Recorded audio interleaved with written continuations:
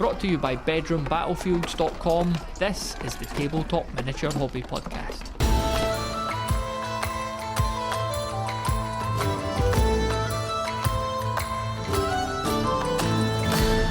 On this episode of the Tabletop Miniature Hobby Podcast, it's a reroll of a classic conversation from February 2022.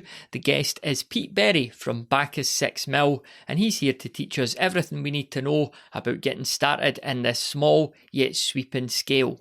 My jumping off point was to ask Peter about something he mentioned a few times in the lead up to our chat, something called Pony Wars. The Pony Wars project started a long time ago.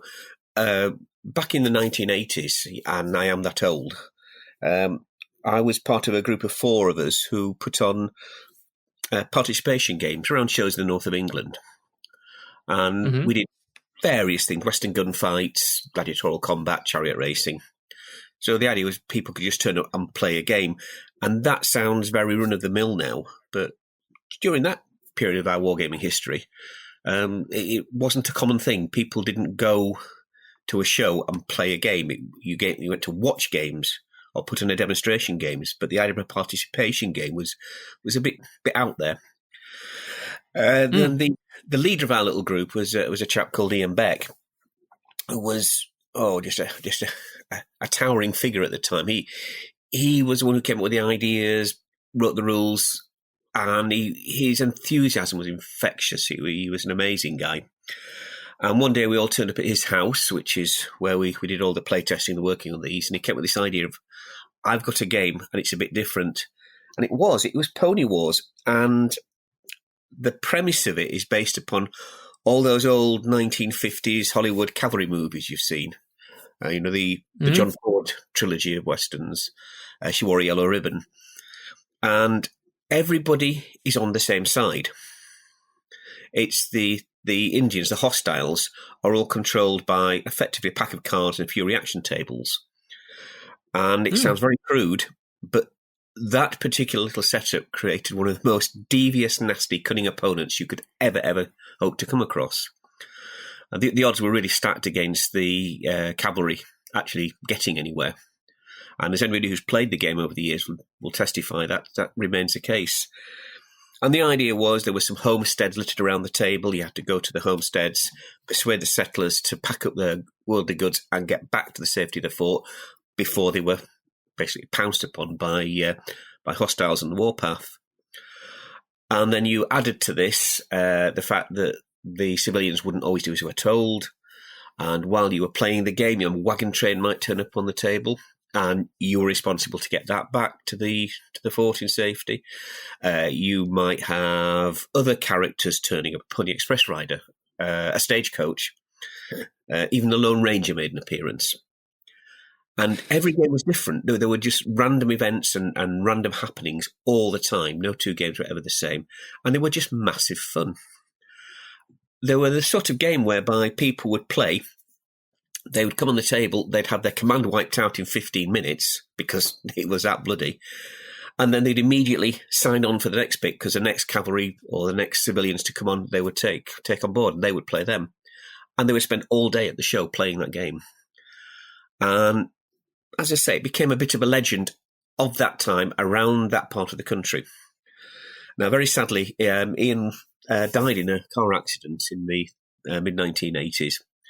And the remaining three of us really didn't have much of a heart to carry on taking the game around. It was very much something which he led. And we kept in touch, but we pretty much went our separate ways. And that really should have been the end of it. The Pony Wars rules themselves had been put into print by a company called Tabletop Games. And I think they sold quite well for them. But obviously, Tabletop Games over the years, they folded. The guy who ran that died, and the company passed into various different hands, and it folded. And there was just no source for these rules, and there was a constant demand through basically 4 decades of people wanting copies of these rules. Now, as Bacchus became more prominent from sort of like the turn of the millennium onwards, people began to associate my name with the Pony Wars rules, and I've been getting emails for the past 20 years saying, his probably was, are we going to get reprinted? Can you get me a copy of the old rules? Can you get me an old copy?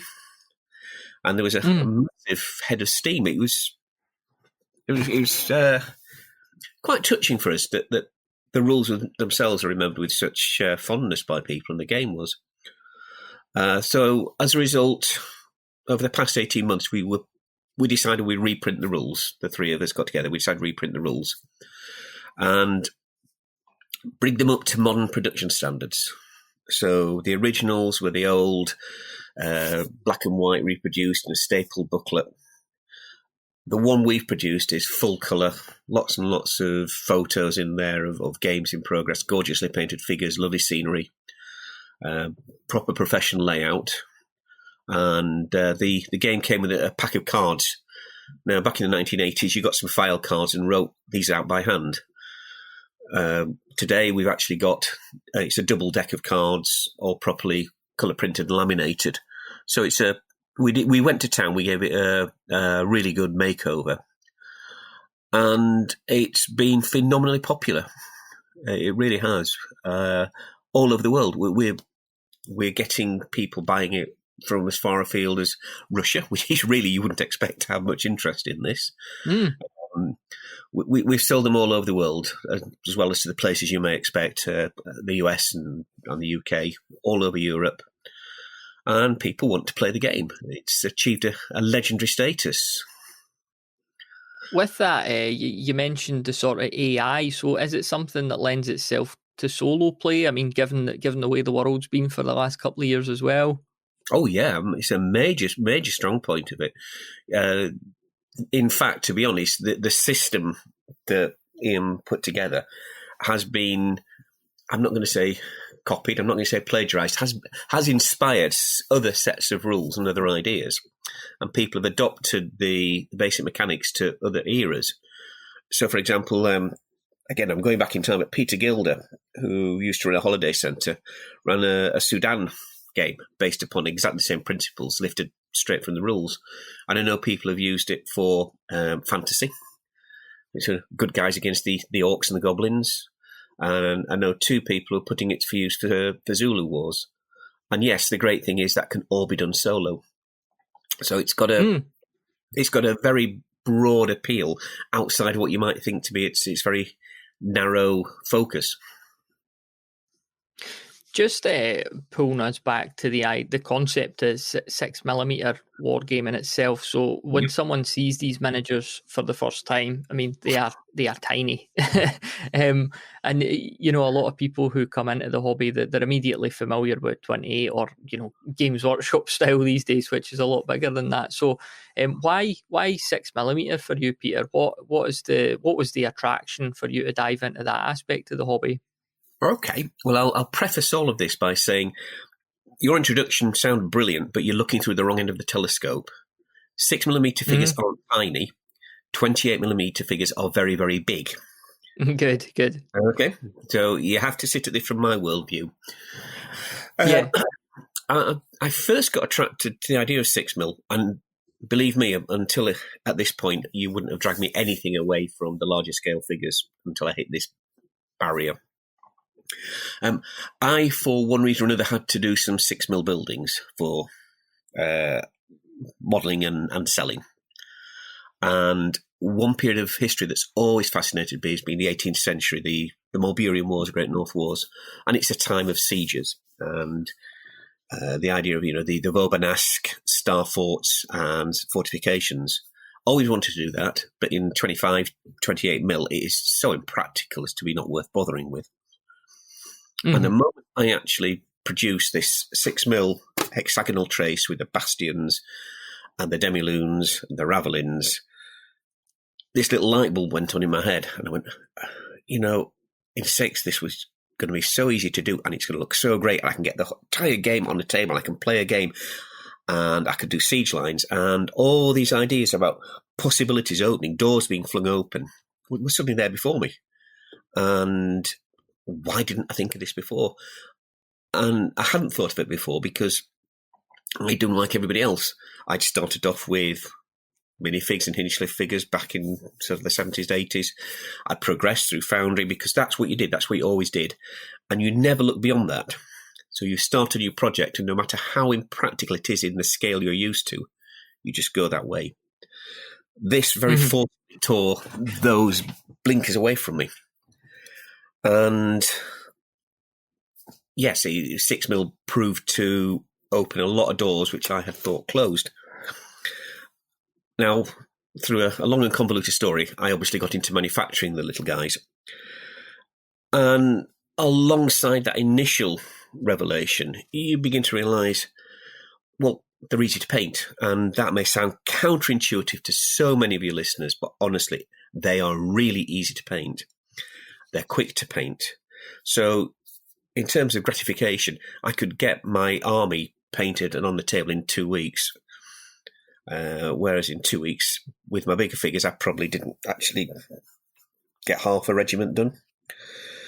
And they looked great because suddenly, although the individual figures were small, they weren't as well detailed, they weren't painted, there were lots of them. And I had brigades that looked like brigades. And then you find other ways where they become advantageous just by using them. Transport. You can get 2 armies in 2 file boxes. You can carry the terrain for that, and a good-looking terrain, in a 3rd file box. And you can carry all that lot on a bus, a train, put it in the back of a car. So easy to do.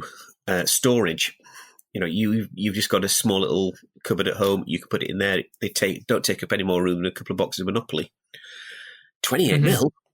Well, you've got the complete reverse of that. As I say, they're very, very big, which means a lot of them become very, very heavy. And the boxes you carry them in have got a big volume. Yeah. And the scenery has got an even larger volume. So it's that little practical side of things. Then when you come to playing a game, the 6mm units have got obviously a much smaller footprint on the table. So the equivalent sized army, say lined up on a table with a 6mm army and it's got it in 28, the 28 will form a curtain from one side of a 6'4" by 6 foot wide table from one end side to the other. And your tactical options consist of being able to go forward quickly or slowly. And that's it, really.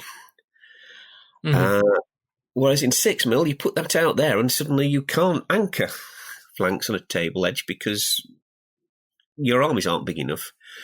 You've got to have deployment in depth because you need to keep reserves to be able to shore up a wing. And your gaming actually becomes more realistic. It doesn't become playing the game because that's your only option of just moving forward and moving back. It means that you've got to actually think about how the game's played and how your generalship is going to change. You have to learn to play with exposed flanks. And it produces a very, very different mentality in gaming, and I think one for the better. But there again, very, very biased. Do you tend to play these games on a 6x4 then, despite the decreased size of the miniature? Yeah. What rule sets do you typically tend to use then when you're playing? Well, I'll answer that generally, then I'll hone in on specifics.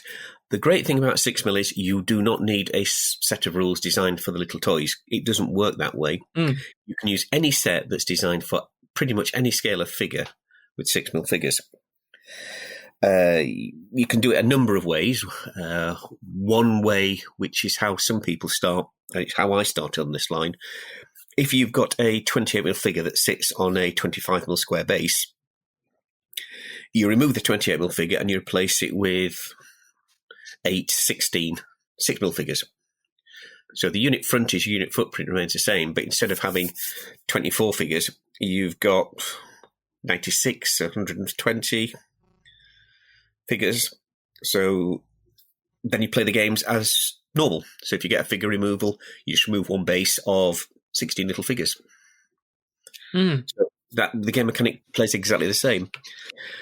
When you move over to the more modern ways of playing games, which is to use a base as a unit, I think games like the EBA family, that's even easier. You have a 60 by whatever it is base DBA, which would normally house 4 28mm Legionaries. Well, you just replace that with 96, all on one base. But you actually have little gaps between the lines, and you make this little mini diorama with the guys. So, how many? Just to cut in, then how many units are we talking on a 6x4 per army typically? well, I would say you could play a game comfortably with 24 to 30. Easily. But a lot will depend on the rules. For example, a very popular choice of rules for 6 months at the moment are the Warlord games, Black Powder and Hail Caesar. Yeah. They use multi-base units, so you might have a large unit which actually consists of 3 bases, each measuring 60 by 30. So that's quite a large table footprint for a unit. And that will reduce the number of units you'll have on the board. If you use our in-house rules, the rules we produce under the Bacchus banner, they predicate a 60 by 30 base as a standard for a standalone unit. So a battalion will be one of those. But you'll use those put into brigades. So 3 or 4 of those becomes a brigade, and your brigade becomes your unit of movement. So you've got this bit of blurring between what's a unit and what is the formation using on the table. One of the things I'm curious about, something I struggled with a wee bit myself, was immediately identifying which units were which.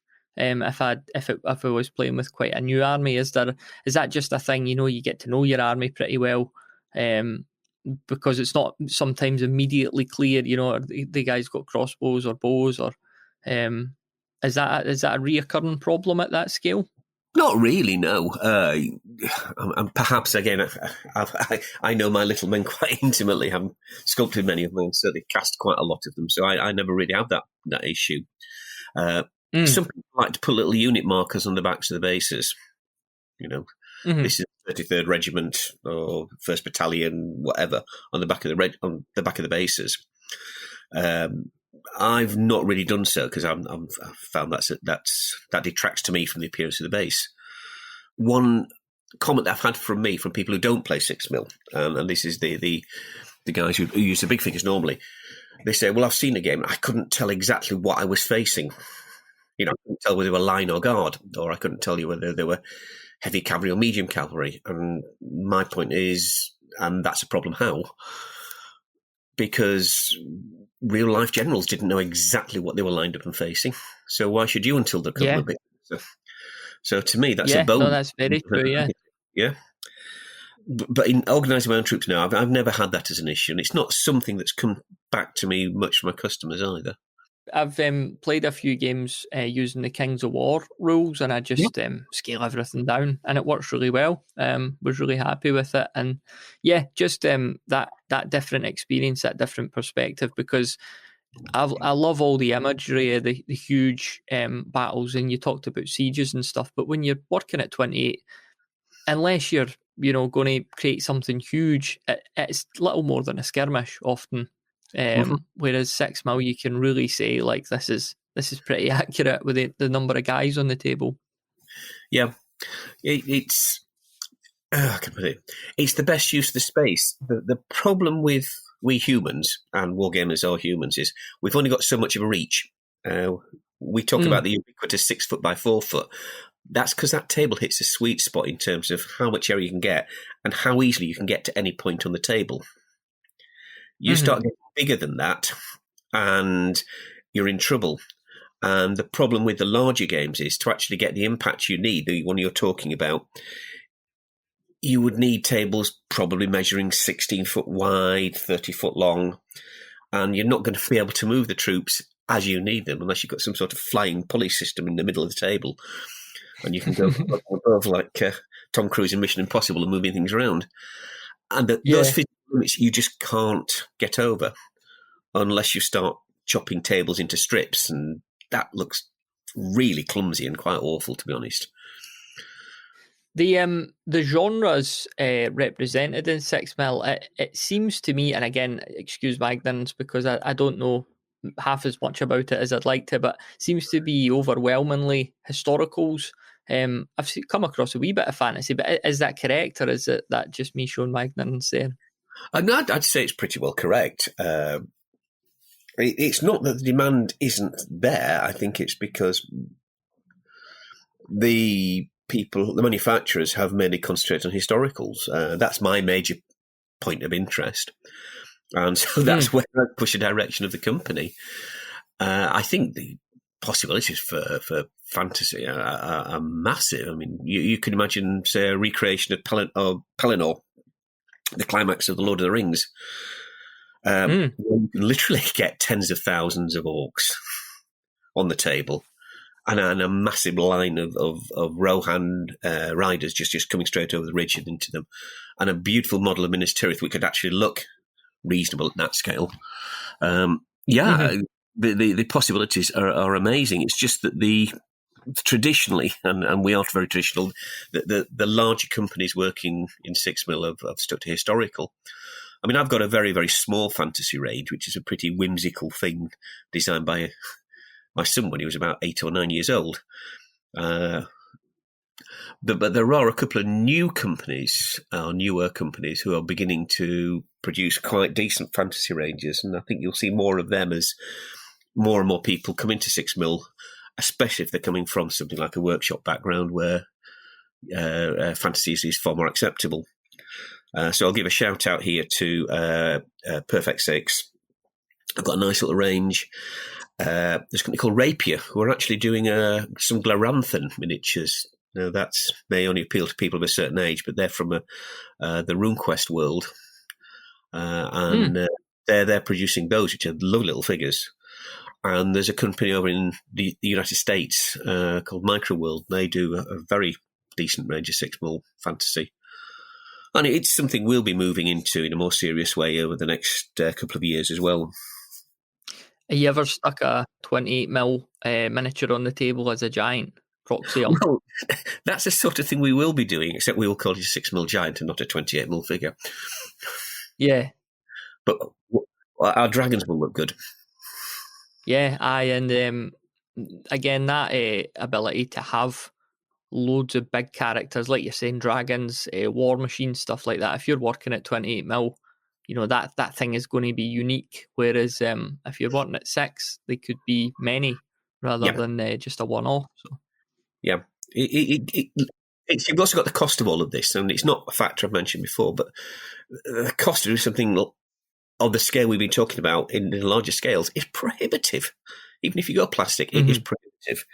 The small scale stuff, it is cheap as chips, as they say. And you can get a lot of bang for your bucks when you pay your money out. And that's another wonderful aspect of it. What's got your attention right now in the hobby? What are you painting, playing, or planning for this month? Head on over to bedroombattlefields.com/voicemail to submit a clip for our monthly hobby update episode. That link again is bedroombattlefields.com/voicemail. And now back to the show. So when I ordered my guys, can't remember exactly what I ordered. I wanted to get a lot of stuff and just form up 2 different armies. So it might well have been the same army. I'm just going to paint them different colours. So the way 6mm miniatures come, they're on like a little strip.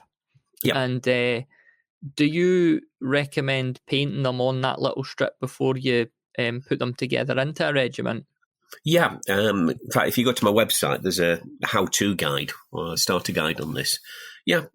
The way to paint 6mm is a little mantra you'll hear again and again in the 6mm world, which is paint the unit, not the man. So I will get, say, a battalion where I'm putting 24 figures, which is 6 of our strips, and I will glue those 6 strips side by side onto like a tongue depressor or a lolly stick. And that will be my unit of production.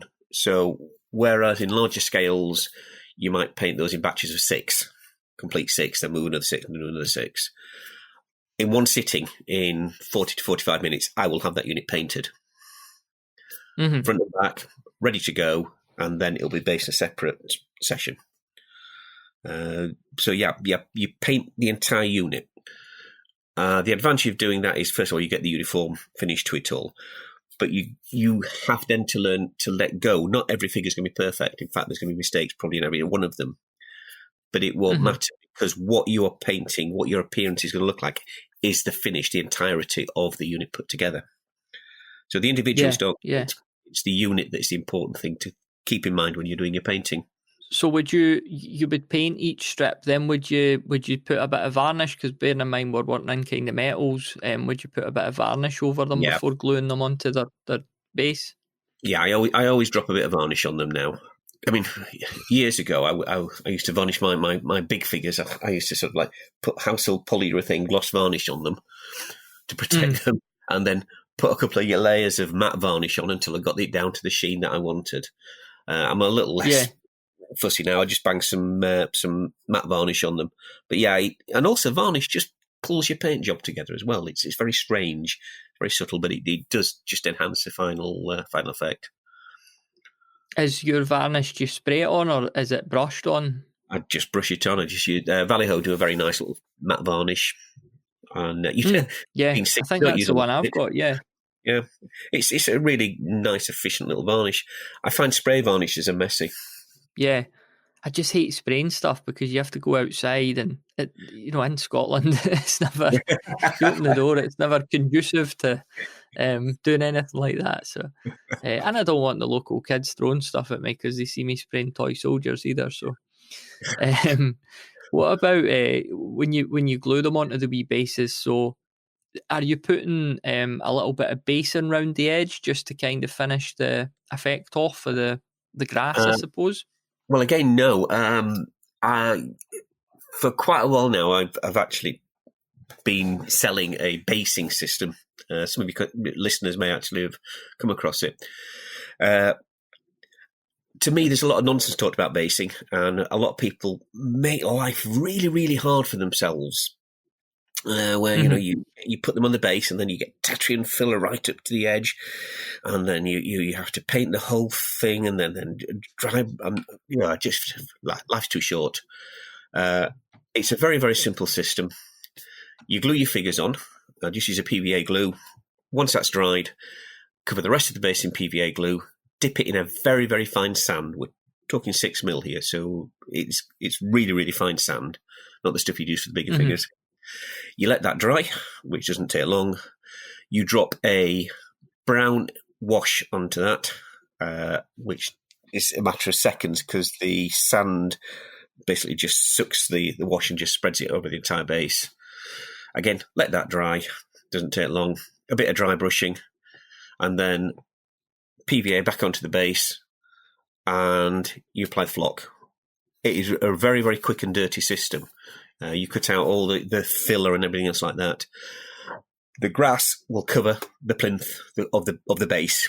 You won't see the base at all, and eye is drawn to the unit, to the sort of the brown green effect around the unit, and it looks great. Dead easy, dead simple. And if you've been on my website, you'll have seen a lot of the figures in the catalogue. They're all based using that system. And it's by the time you've done batch basing with it, it's probably about a minute per base in total.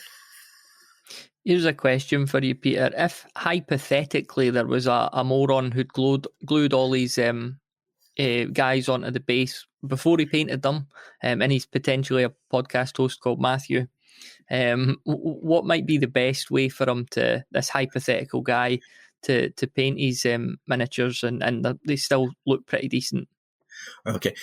Well, I'll answer this for your friend, shall I? Yeah, my friend. Yeah, that's right. He's not alone. There's many people do that. And while he's made a lot harder work for himself than he should have done,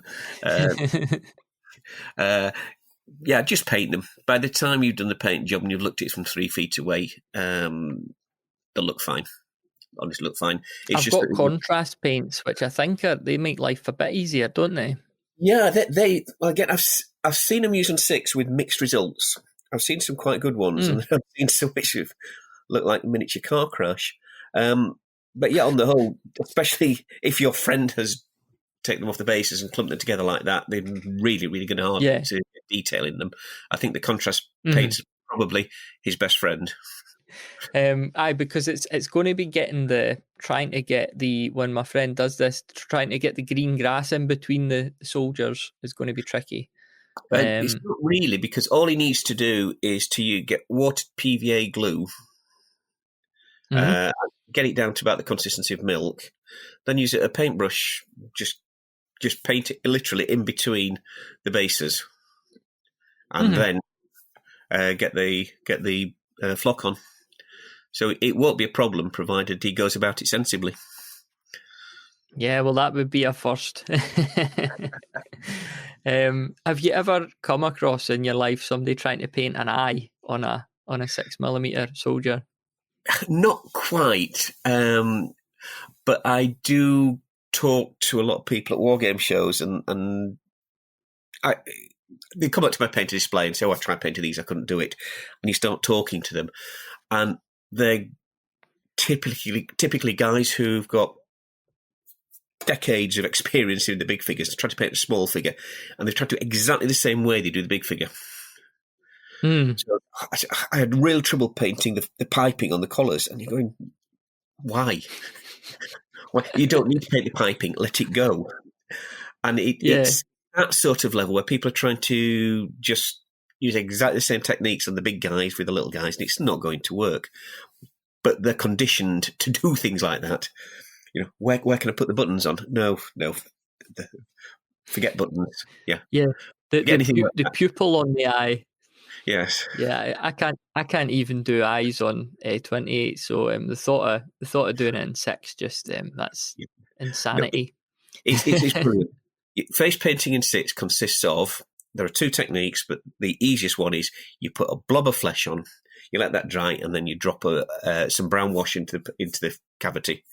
And because the figures the figures are really well sculpted, not just mine, but you'll find across the board the quality of sculpting in 6 is amazing nowadays.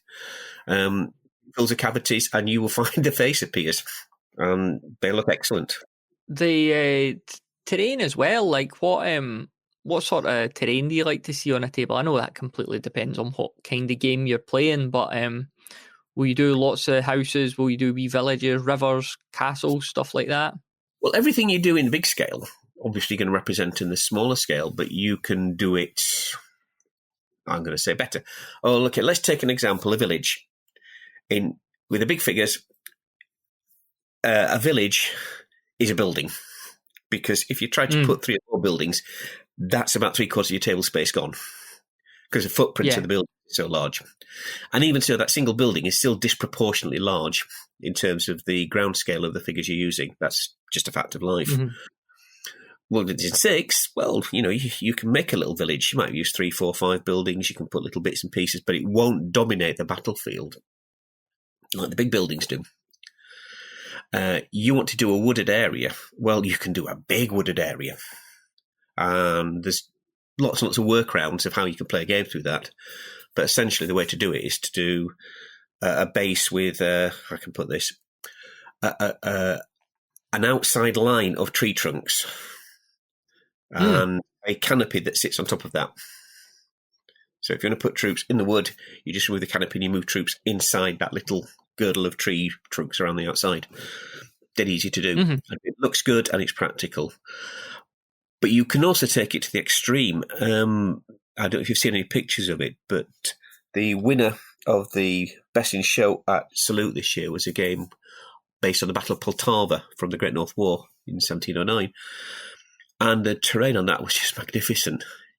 There was everything in there.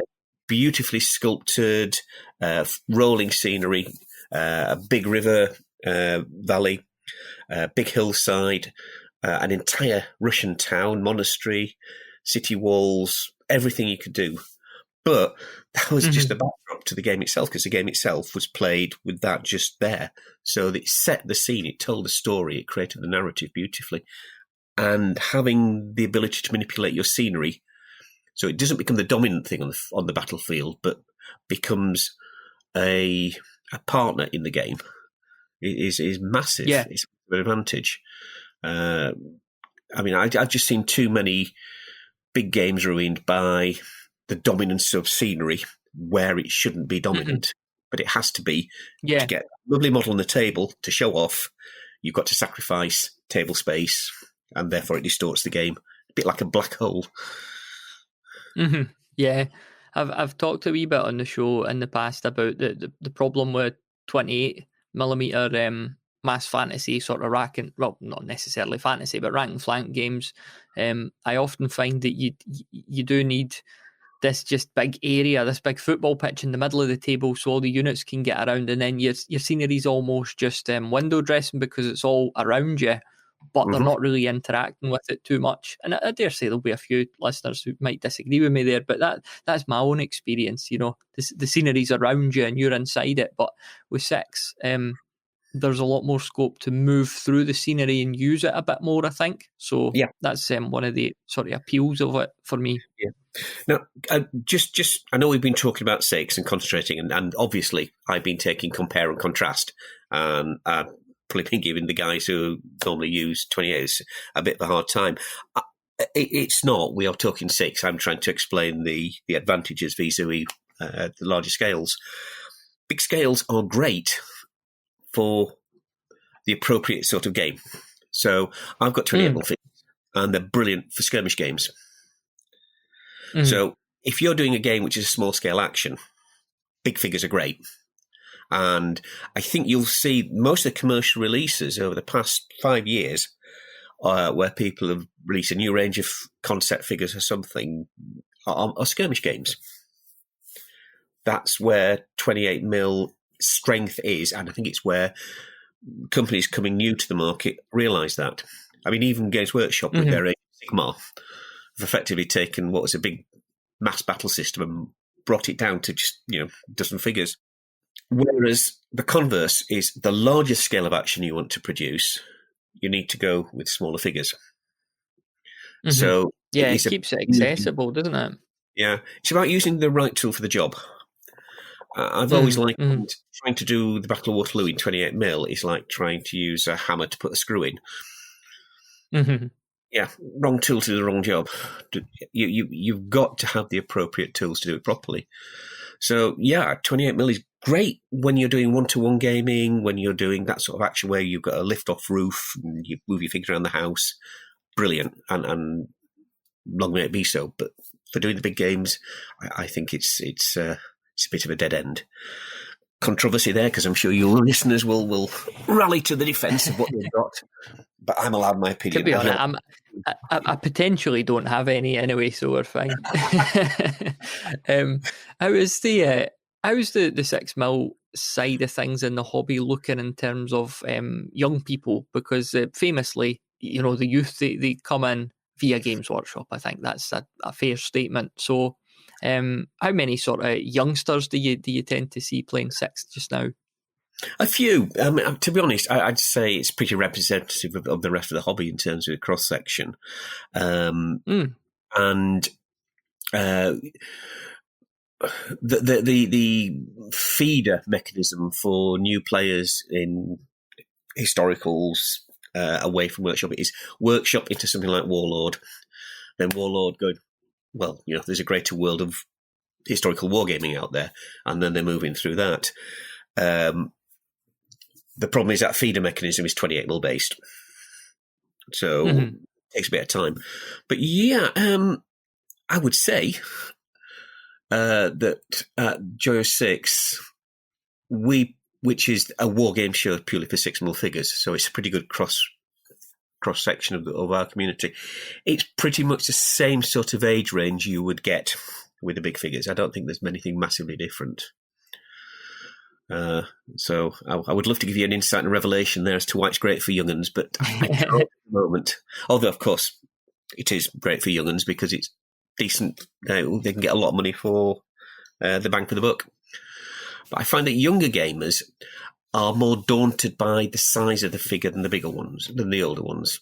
I think that is probably a barrier. And no matter how much I say it's easy, if your comfort zone is being in your little Games Workshop shop or your little store, painting the big guns, playing with the big guns, and you're not that necessarily confident in your own painting ability, and somebody says, try these things which are a quarter the size. Yeah, I can see why it's daunting. So we try and bring people on, but you've got people have got to come to us first just to enable us to show them how to get on with it.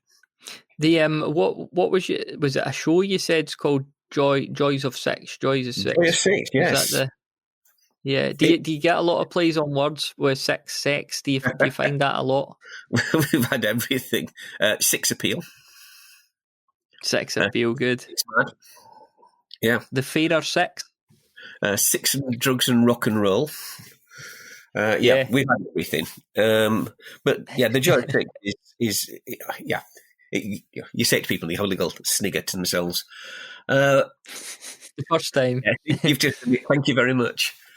Show we started about 8-9 years ago. It's grown from, we never had any ambitions for it. It's grown from being what was just a gathering of a few 6 mil gamers into something which has become big. And I mean, really big.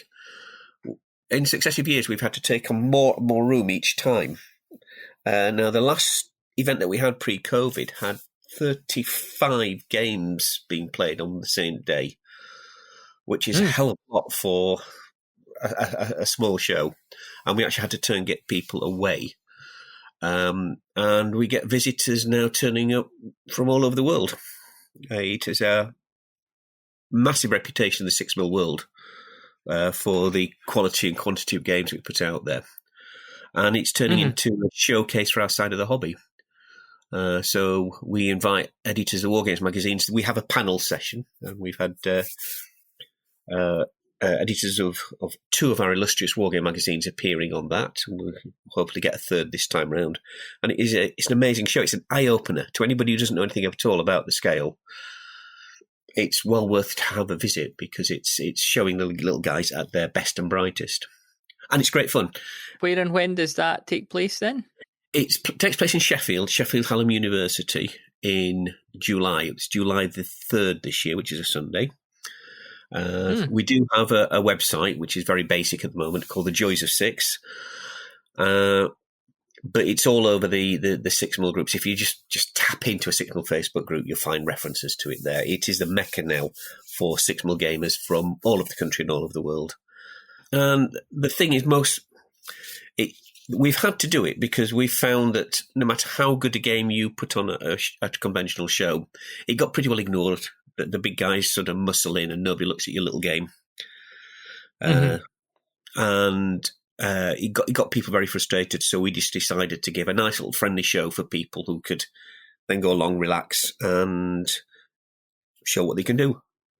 And it's grown from that to the point now whereby one of our aims now is to actually get people who aren't 6 mil gamers coming along to the show to have a look at it. And so I would really, really recommend it.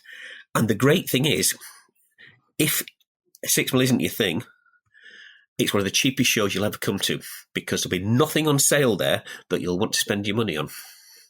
So you can just go and spend the day looking at games. However, I think by the end of the day, your fingers will be itching and your wallet will be open because there's lots of 6 mil trade in there. And it will awaken your enthusiasm for the scale. I will guarantee that. Peter, it's been a really good conversation, and I hope that a few of the listeners who maybe not checked out 6 mil stuff are pretty interested in going and having a look. Is there anything that we've not covered that you would wanted to bring up or touch upon? Not really. I find with these it's best for you to lead. I mean, I could spend all night talking about what we do and how we do it, and to be honest, it would get very, very boring. If you're the slightest bit curious about 6 mil, or we've just piqued your curiosity about it, the recommendation I'll say is have a go. Don't think, I can't paint it, or it's too small, or whatever. Just get a packet of figures, pick them up at a show, just mail order it from us or from any of the guys in the 6 mil world, and just have a go and ask advice. I mean, people can always email me. I'm very responsive to emails, or contact me on Facebook through our messenger service. You'll find it a really, really nice, welcoming environment from not only the guys who supply the figures, but the people who play with them. It's a really close-knit little community. But you must try it. If you can think, no, I can't do it, I'll try it one day. No, just do it. Just order a pack of Romans or some French line infantry and have a go. And then you can find out whether, basically, I've been talking rubbish all evening, or they are as easy and as friendly to paint as I've said. And they do look as good as I've said. And I think, actually, you'll come down on my side of the argument once you've actually done that. Yeah, and just don't be like my friend and glue all the guys down before you've painted them as well. No. I mean, there is help for your friend out there, counselling service and that sort of thing. But I'm sure if you contact me by email, I will be happy to help your friend out with some more practical advice. Thanks very much for listening to this episode of the Tabletop Miniature Hobby Podcast. If you enjoy the show, then please do share it with someone else you think might enjoy it too. And be sure to check out our Discord community of like-minded hobbyists, which you could find at bedroombattlefields.com/Discord. It'd be great to see you in there.